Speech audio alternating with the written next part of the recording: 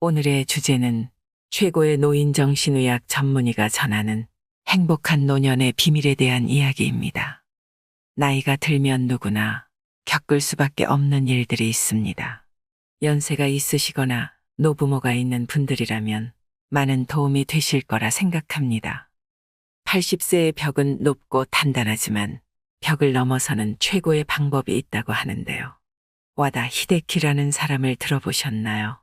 최고의 권위를 자랑하는 노인정신의학, 임상심리학 전문의로 30년 동안 의학 분야에 종사하며 연구를 계속해오고 있습니다. 와다 히데키는 인생의 벽을 넘어 수명을 늘리는 정답을 공개하여 많은 이들의 호응을 이끌어냈습니다.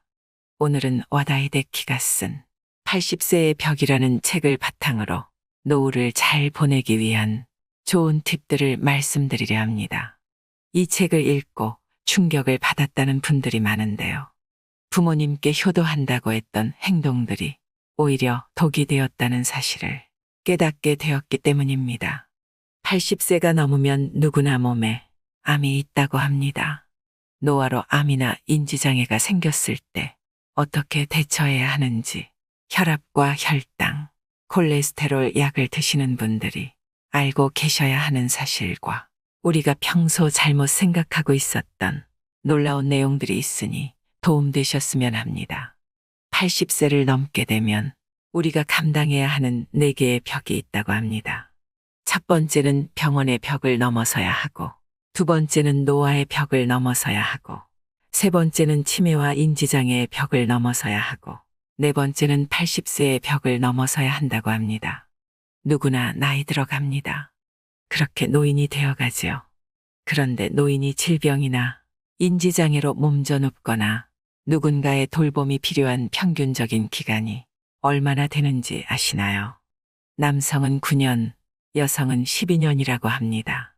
누구나 목숨이 닿을 때까지 하고 싶은 것을 다하며 살아가길 꿈꾸지만 나이가 들어서는 독립적으로만 살아갈 수는 없는 것이 인생이기도 합니다. 우리가 다른 사람의 도움 없이 건강하게 살아갈 수 있는 수명을 건강수명이라고 하는데요. 평균적으로 남성은 72.68세, 여성이 75.38세라고 합니다. 이 나이가 되면 우리도 지금의 윗세대처럼 누군가의 도움이 필요하게 될 수 있다는 것입니다. 물론 사람마다 다르고 통계적인 숫자이기 때문에 개개인마다 차이는 있을 것입니다.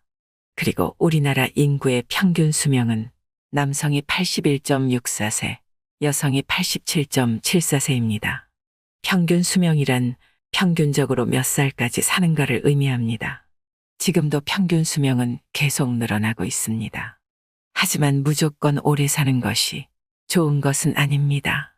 건강하게 오래 살아야 행복한 삶을 누릴 수 있습니다. 통계를 내보면 가장 많이 사망하는 나이는 남성이 85세, 여성이 90세입니다. 물론 더 오래 사는 사람도 많습니다. 통계들을 보니 어떤 생각이 드시나요? 80대는 70대와는 전혀 다릅니다. 오늘은 건강해도 내일은 어찌 될지 모르는 나이입니다. 구체적인 숫자를 제시한 이유는 여러분을 낙담시키기 위해서가 아닙니다. 남은 인생을 만족스럽게 보내길 바라서입니다. 행복한 노후와 불행한 노후, 어느 쪽을 선택하고 싶으신가요? 일본에는 100세가 넘은 사람이 8만 6천 명에 이른다고 합니다. 여러분 주변에서도 정정한 90대나 100세 이상의 어르신들을 볼 수 있을 것입니다. 그러나 100세 인생이라고 해서 당연히 모든 사람이 90세나 100세를 맞이하는 것은 아닙니다. 또 90세나 100세를 맞이했다고 해서 건강하리라는 보장도 없습니다. 침대에 누워서 생활하거나 가족에게 학대를 당하거나 아니면 치매로 자신이 누구인지도 모르는 그런 상황이 생길 수도 있습니다. 미래는 아무도 모릅니다. 사람마다 나이도 다르고 체형도 다르고 성격이나 생각도 다르고 생활 환경도 다르고 가족 구성도 다르며 직업이나 질병 이력도 다르지만 모든 사람에게 공통되는 사항이 있습니다. 언젠가는 죽는다는 사실입니다. 죽음에 이르는 길에는 두 가지가 있습니다. 하나는 행복한 길로 마지막에 괜찮은 인생이었어 고마워라며 만족하며 가는 길이고, 다른 하나는 불행한 길로 아, 어쩌다 이렇게 됐나 하며 후회하면서 가는 길입니다. 80세 이후는 70대와는 전혀 다릅니다. 어제까지 가능했던 일이 오늘은 안 되는 상황을 수없이 맞닥뜨릴 것입니다. 컨디션 난조를 겪는 일도 잦아집니다. 각종 질병도 생기기 쉽습니다. 치매인가라는 생각에 자신감을 잃는 일도 있을 것입니다. 누군가의 죽음을 경험하면서 절망에 사로잡힐지도 모릅니다. 눈앞에 거대한 벽을 넘어서기 위해 가장 중요한 것은 노화를 받아들이고 삶을 소중히 여기는 자세입니다. 이것이 행복한 노후와 불행한 노후를 가르는 기준이 됩니다. 행복은 주관적입니다. 즉 자신이 어떻게 마음 먹느냐에 따라 달라집니다. 예를 들면 노화를 한탄하여 이것도 할 수 없고 저것도 할 수 없다며 없다를 되뇌면서 사는 사람이 있고, 노화를 받아들여 이것도 할 수 있고 저것도 할 수 있다며 있다를 소중히 여기는 사람이 있습니다. 어느 쪽이 행복할까요? 80세가 넘으면 몸속에 암이 있습니다. 모르고 사는 사람도 많지요. 와다이데키가 오랫동안 근무했던 병원은 노인 전문 병원으로 이곳에서는 해마다 100명가량의 유해를 해부하고 연구했습니다. 연구 결과에 따르면 몸속에 심각한 질병이 있음에도 생전에는 알지 못한 채 사망한 사례가 많다는 사실을 알게 되었다고 합니다. 암도 그 중 하나입니다. 85세 이상의 유해를 부검해보면 거의 모든 사람에게서 암이 발견됩니다. 즉 80세가 넘으면 누구나 몸속에 암을 품고 있는 것입니다. 일반적으로 암은 죽음에 이르는 병이므로 치료가 필수라고 알려져 있지만 사실 꼭 그렇지만은 않습니다. 현재 이루어진 연구는 당사자가 인지하지 못하는 암도 있고 생활에 지장을 주지 않는 암도 있다는 사실을 알려줍니다. 특히 나이가 들면 암의 진행이 느려지므로 치료하지 않고 내버려 두더라도 문제가 안 되는 경우가 많습니다. 그래서 저자는 80세가 넘으면 암 치료는 필요가 없다라고 생각하며, 만약 지금 암이 발견된다고 해도 통증이 너무 심하거나 음식을 섭취하지 못하는 상태가 아니라고 하면 암세포를 제거하지 않을 것이라고 말합니다. 특히 80세가 지난 고령자는 수술할 필요가 없다고 하는데요. 함부로 손을 대기보다는 지켜보는 편이 낫다라고 합니다. 사실 발견하지 못했을 뿐 이전부터 암을 지닌 채 살아왔고 앞으로 서서히 진행되겠지만 한순간에 나빠지는 일은 거의 없기 때문입니다. 암 치료는 간단하지 않기 때문에 수술이든 화학치료든 몸에 심각한 부담을 줄 수밖에 없습니다. 체력이 크게 떨어지는 80세 이상의 고령자는 평소 생활로 되돌아가지 못할 확률이 높으므로 신중히 생각해 보시면 좋겠습니다. 여러분도 이 사실을 꼭 기억해 두길 바랍니다. 80세 이후에는 참지 말고 살아가는 것이 좋습니다. 암에 걸리지 않으려고 식사를 제한하고 좋아하는 술이나 담배를 삼가는 분위기가 있는데, 80이 넘으면 몸속에 이미 암이 있을 가능성이 크다고 합니다. 그러므로 암에 걸리지 않기 위해 참는 행위는 의미가 없습니다. 좋아하는 음식이나 술을 마시는 편이 오히려 스트레스를 줄이고 즐겁게 사는 방법입니다. 그리고 실제로 암을 무리하게 절제하여 스트레스를 받으며 살기보다 원하는 일을 하며 편안한 마음으로 지내는 편이 면역력이 높아진다고 합니다. 그리고 이것이 암의 진행을 늦춘다고 알려져 있습니다. 또한 건강 우려 때문에 먹고 싶은 음식을 참는 사람이 많은데요. 비만은 건강을 해치고 염분과 당분, 지방이 3대 해악이라는 사고가 사람들의 상식이 되었기 때문입니다. 하지만 과연 그럴까요? 80세 이상이라면 더더욱 정답이 아닐 수 있습니다. 먹고 싶다는 욕구는 몸이 원한다는 뜻이기도 합니다. 고령자는 장기 기능의 저하로 식욕이 증가하는 경우가 있습니다. 예를 들면 염분이 그렇습니다. 사람은 염분이 없으면 살지 못하는데 나이가 들면 신장이 염분을 과도하게 몸 밖으로 배출하여 혈액 속에 염분이 부족해지는 현상이 나타나기도 합니다. 신장에는 나트륨을 저장해두는 기능이 있어서 체내에 나트륨이 부족해지면 배출을 멈추고 모아두는데 노화로 인해 염분 저장 능력이 떨어지면 염분이 부족하게 됩니다. 그래서 어르신들 중에 짜게 드시는 분들이 많은 것도 그런 이유일 수 있습니다. 다음으로 인지장애에 관한 이야기입니다. 인지장애는 반드시 생긴다고 합니다. 그러니 지금 하고 싶은 일을 하라고 말합니다. 인지장애는 왜 생길까요? 나이를 먹기 때문입니다. 다만 고령자의 인지장애는 대체로 매우 더디게 진행됩니다. 실제로는 20년 전부터 서서히 진행된 것이지만 대체로 알아차리지 못합니다. 인지장애는 증상이 발현된 이후에도 계속 진행되며 근본적인 치료는 불가능하다고 하죠. 암과 마찬가지로 85세가 넘은 거의 모든 고령자 대부분이 알츠하이머형 뇌 변성이 있습니다. 즉 인지장애는 병이라기보다 노화 현상에 가까워서 나이가 들면 누구에게나 생기는 증상이라고 생각하시면 됩니다. 근력이 쇠약해져서 운동 능력이 떨어지거나 피부에 주름이 잡히고 흰머리가 생기는 것과 같은 이치입니다. 60대의 인지장애는 1에서 2%에 불과하지만 70대 전반에는 3에서 4%에 이르고 70대 후반에는 10% 정도가 됩니다. 80대 전반에는 20%가 넘는데 이때부터 단숨에 큰 폭으로 증가합니다.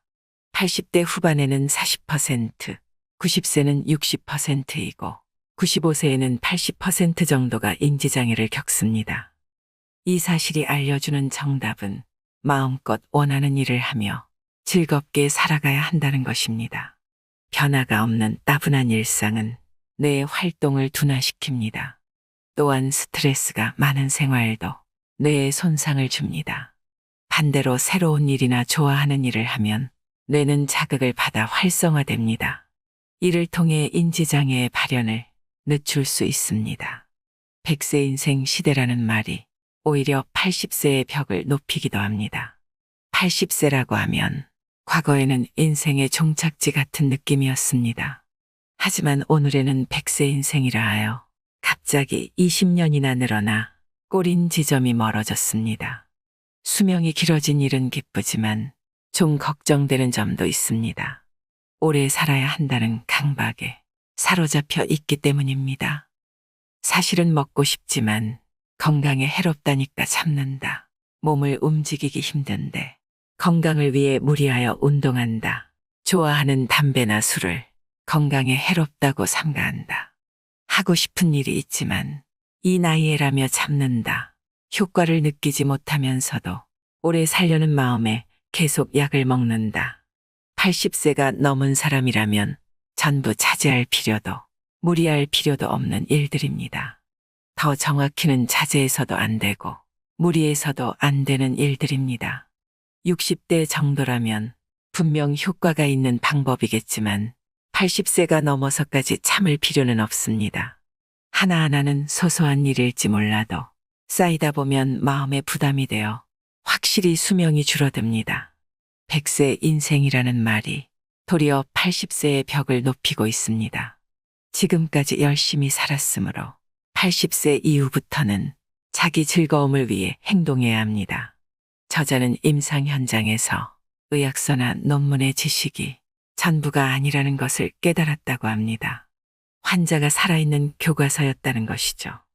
환자들을 접하면서 인간은 누구나 오직 하나뿐인 존재이며 인생에는 우열이 없다는 사실을 깨달았다고 합니다.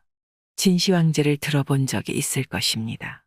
2200년 전에 최초로 중국을 통일하고 절대적인 부와 권력을 손에 넣었던 인물입니다. 모든 것을 얻은 진시황제가 마지막으로 원했던 것은 불로불사의 육체였다고 합니다. 그는 각지에서 특효약을 가져오게 하는 등 온갖 수단을 동원했지만 끝내 소원을 이루지 못했습니다. 마지막에는 불사의 효과가 있다고 알려진 수은을 넣은 약을 먹다가 사망하게 되죠. 뛰어난 무인조차도 늙음과 죽음 앞에서는 냉정함을 유지하지 못했다는 것을 알 수 있습니다. 어찌 보면 우리처럼 평범한 사람들이 늙음과 죽음을 두려워하고 회피하려는 것은 당연한 일일지도 모릅니다. 오늘 건강하게 걷는 사람이 1년 후에도 그러리라는 보장은 없습니다. 그렇다고 해서 걷지 않는 생활만을 계속하다 보면 전혀 걷지 못하게 됩니다. 남은 기능을 쓰지 않으면 순식간에 쇠약해지는 것이 고령자의 무서운 현실입니다. 82세에서 83세 무렵에 급격하게 쇠약해지는 사람들이 있는데 이들은 대개 80세를 계기로 일을 그만둔 사람들입니다. 질병이나 부상으로 어쩔 수 없이 그만둔 사람도 있지만 이유 없이 집안에만 머무는 사람들 중에도 움직이지 못하게 된 사람이 많이 있습니다. 아직 할 수 있는 일을 스스로 포기하면 아무것도 할 수 없는 몸이 됩니다. 이 얼마나 안타까운 일인가요? 노쇠한다는 것은 서서히 몸이 약해져서 사망에 이르는 것을 말합니다. 천수를 다한 죽음이라 할 수 있는데요. 노쇠로 인한 사망은 대체로 가정에서 생을 마치게 됩니다. 80세가 넘으면 암이 크고 작고의 차이일 뿐 거의가 가지고 있는 것입니다. 뚜렷한 증상은 없더라도 어딘가 불편함을 느꼈을 것입니다. 이 상태로 병원에 가게 되면 의사는 검사를 하고 약을 처방합니다. 우리는 이것이 당연한 의료 절차라고 생각합니다. 오히려 그렇게 하지 않으면 저 병원은 약도 안 준다고 불만의 소리를 내게 되죠. 하지만 저자는 이것이 정말 옳은 의료일까 묻습니다. 꼭 한번 고민해 보시길 바랍니다. 저희 남편이 그렇습니다. 의사가 더 경과를 지켜보자고 하면 무조건 더 센 약을 처방해 달라고 조릅니다. 효과가 있고 없고를 떠나서 그냥 약이 좋은 건가 하는 생각이 들 정도로 약을 먹는 것만으로도 안정감을 느끼는 것 같습니다. 그럴 때 약을 안 주면 환자들이 보통 불평불만을 쏟아내니까 의사도 또 어쩔 수 없이 처방하고 거기에 맞는 약 처방이나 치료를 하게 되는 악순환이 발생하는 것입니다. 결국 우리는 병원에서 약물이나 수술적 치료를 하는 방법으로 수명을 늘릴지 아니면 자택에서 좋아하는 일을 하면서 여생을 보낼지 선택해야 합니다. 환자 본인이 선택해야 하는 문제라는 것입니다. 저희 할머니 얘기를 잠깐 해볼까 합니다. 저희 할머니께서 췌장암으로 치료를 받으셨었는데요. 그 옆에서 과정을 지켜보면서 너무 힘들고 고통스러웠던 기억이 있습니다. 할머니께서 힘들다고 말씀하셔도 가족들이 치료를 설득했습니다. 결국 시간이 더 흘러서 할머님 말씀대로 집으로 모셨었는데요. 병원에서 있을 때와 집에서의 표정이 너무 달랐습니다.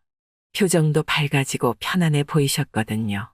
그리고 한 달 뒤에 평안히 임종을 하셨습니다. 우리도 언제 선택의 순간이 올지 모르는 것입니다. 막상 이런 일을 겪게 되면 치료를 하지 않는 것에 대한 두려움과 죄책감 때문에 선뜻 결정을 하기가 어려우실 겁니다. 부모님께서 연세가 많으시다면 평소에 부모님과 대화를 나누시면서 마음을 정해두시는 것도 좋은 방법이 될 수 있을 것이라 생각합니다. 생명 연장을 하려고 중환자실에서 얼굴도 마음껏 못 보고 그렇게 시간을 보내는 것보다 살던 집에서 편히 쉬시면서 마지막을 준비하는 것이 더 좋을 수 있다는 생각이 듭니다. 다음으로 현대 의료계에서 3대 악으로 불리는 높은 혈압과 높은 혈당, 높은 콜레스테롤에 관한 내용입니다. 요즘에는 약이 잘 나와서 약만 먹어도 아무런 문제가 없다고 생각하시는 분들도 많으실 겁니다. 하지만 약을 먹고 약효를 내는 동안에 수치를 떨어뜨릴 순 있지만 그로 인해 몸은 나른해지고 머리가 멍해지는 역효과도 있다는 것을 고려해야 합니다. 또한 면역 기능이 떨어져서 다양한 병에 쉽게 노출됩니다. 어떤 약이든 부작용이 있을 수 있다는 것입니다. 그런데도 혈압과 혈당치, 콜레스테롤 수치를 낮추려고만 합니다. 그런데 이 수치를 낮추어도 암에 걸릴 위험이 줄어들지 않습니다. 오히려 면역 기능이 떨어져서 암의 위험성이 높아진다고 할 수 있습니다.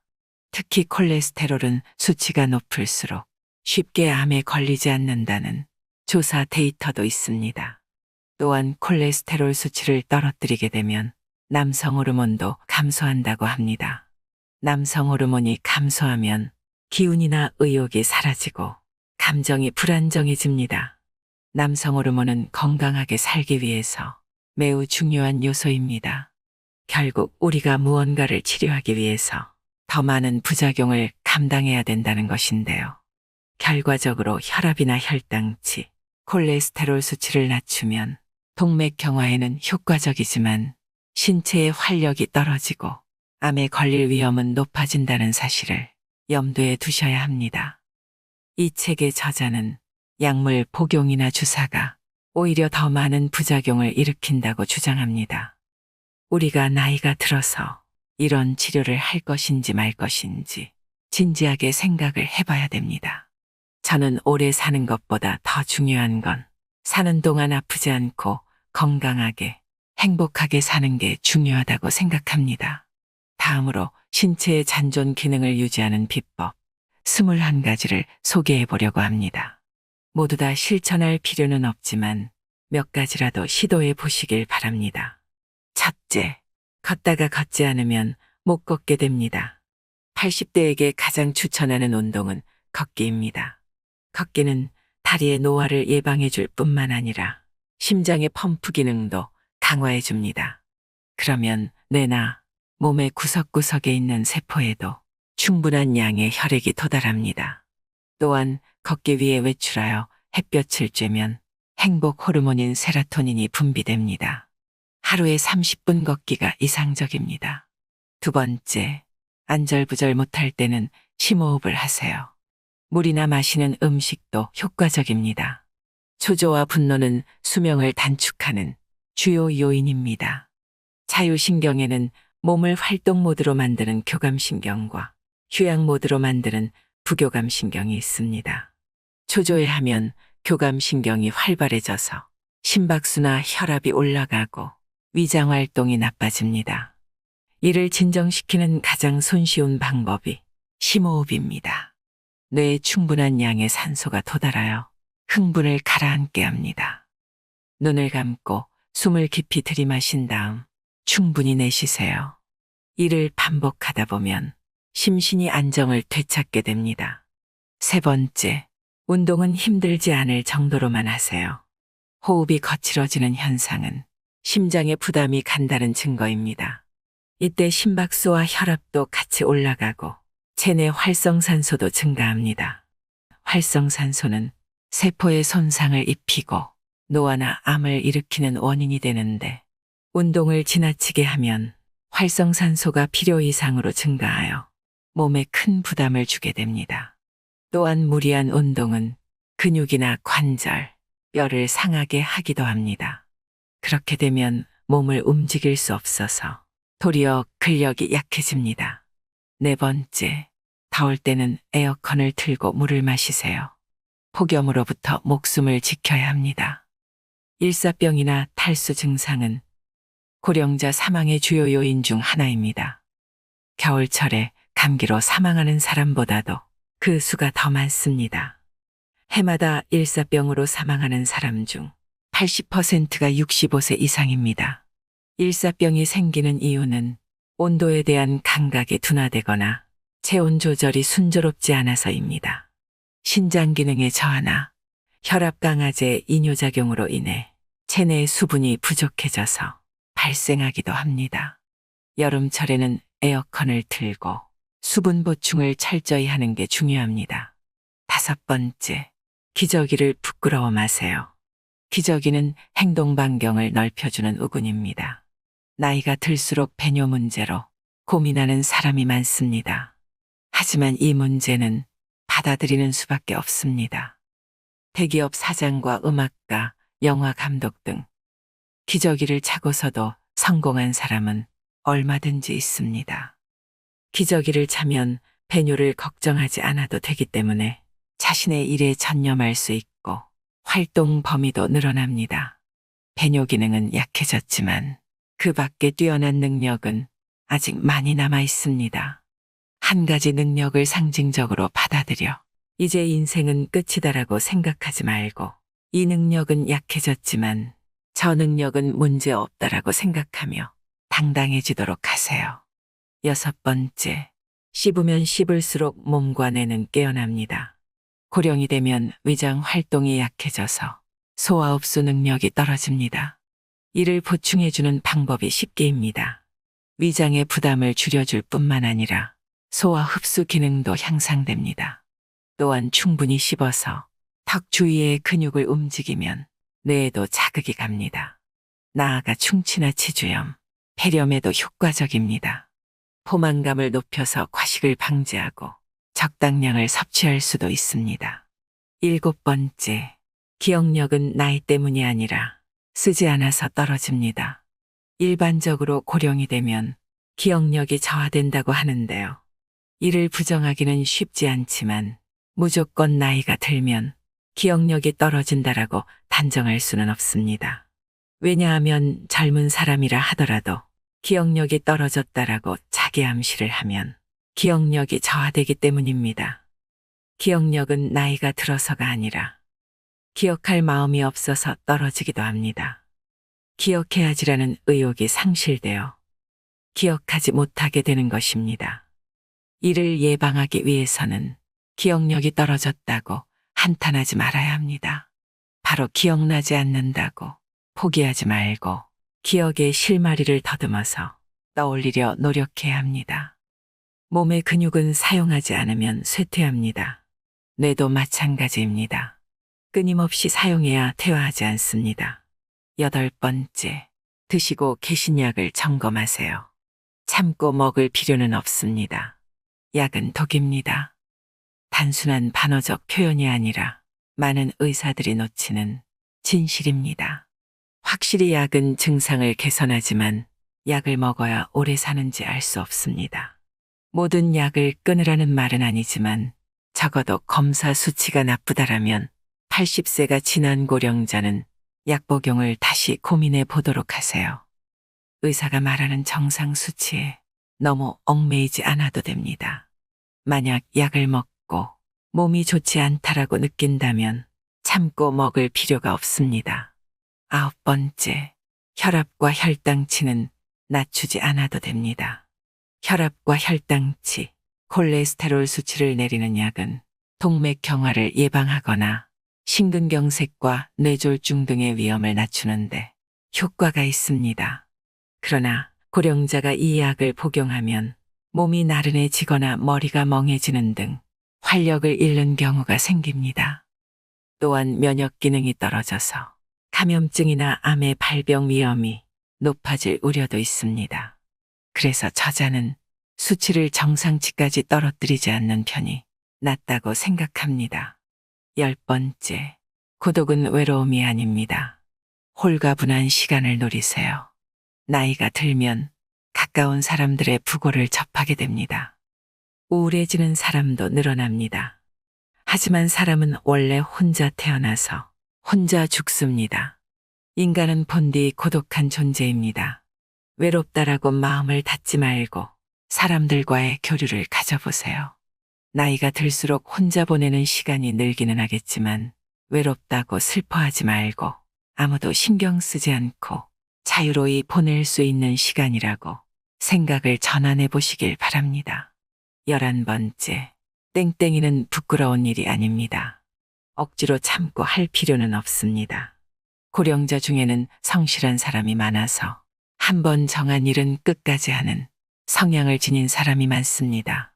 하지만 이는 젊은 사람들이 사는 법입니다. 80세가 되면 몸이 내는 목소리나 자신의 솔직한 마음에 귀를 기울이도록 하세요. 오늘은 하기 싫다라는 마음이 들면 게으름을 부려도 됩니다. 쉬고 싶다라는 생각이 들면 쉬어도 됩니다. 참지 말고 마음이 편한 쪽으로 행동하세요. 12번째, 운전면허는 반납하지 않아도 됩니다. 경찰청에서 발표한 원동기 이상의 면허를 지닌 연령층별 사고 건수에 따르면 사고를 가장 많이 내는 연령은 16세에서 19세로 1489건이고 다음은 20에서 24세로 876건입니다. 한편 80에서 84세가 604건, 85세 이상이 645건, 70대가 500건 전후입니다. 고령자만 위험한 존재가 아니라는 뜻입니다.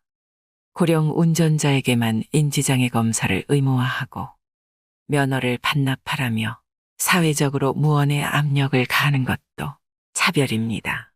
획득한 권리를 간단히 내어주어서는 안 됩니다. 80세가 넘은 고령자는 현재의 내가 할 수 있는 일이나 가지고 있는 능력을 되도록 유지해야 합니다. 13번째, 좋아하는 일을 하세요. 싫어하는 일은 하지 않는 게 좋습니다. 좋아하는 일을 하고 싫어하는 일을 하지 않는 것. 이것은 고령자의 기본 자세입니다. 사실은 하고 싶은데 참는다. 사실은 하기 싫은데 참는다와 같은 태도는 지금 당장 그만두길 권합니다. 80대는 어느 날 갑자기 움직이지 못하게 될 위험을 항상 안고 있기 때문입니다. 아, 그때 할 걸 그랬다며 후회하는 일이 없도록 하루하루를 알차게 보내세요. 14번째, 성적 욕구는 당연한 일입니다. 부끄러워하지 않아도 됩니다. 여성이든 남성이든 고령자 중에는 성욕이 있는 사람도 있고 없는 사람도 있습니다. 성욕이 있다는 사실을 부끄러워할 필요는 없습니다. 성욕이 있는 동안은 애써 자제할 필요도 없습니다. 언제까지 계속될지는 알 수 없지만 자신에게 있는 능력을 포기하지 않는 자세는 가장 중요한 요소입니다. 15번째, 밖으로 나가세요. 80세 이상의 고령자에게 가장 적당한 운동은 걷기입니다. 하지만 코로나19 유행으로 외출을 삼가는 사람이 늘어났습니다. 그 결과 인지장애 환자는 물론이고 우울한 사람들도 증가했습니다. 그 원인 중에 하나가 세로토닌 분비량의 감소입니다. 세로토닌은 행복 호르몬이라 불리며 행복감을 높여주는 역할을 합니다. 햇볕을 쬐거나 즐거운 일을 하면 더 많이 방출된다고 알려져 있습니다. 집안에서만 지내면 근력이 약해지고 세로토닌의 양도 줄어듭니다.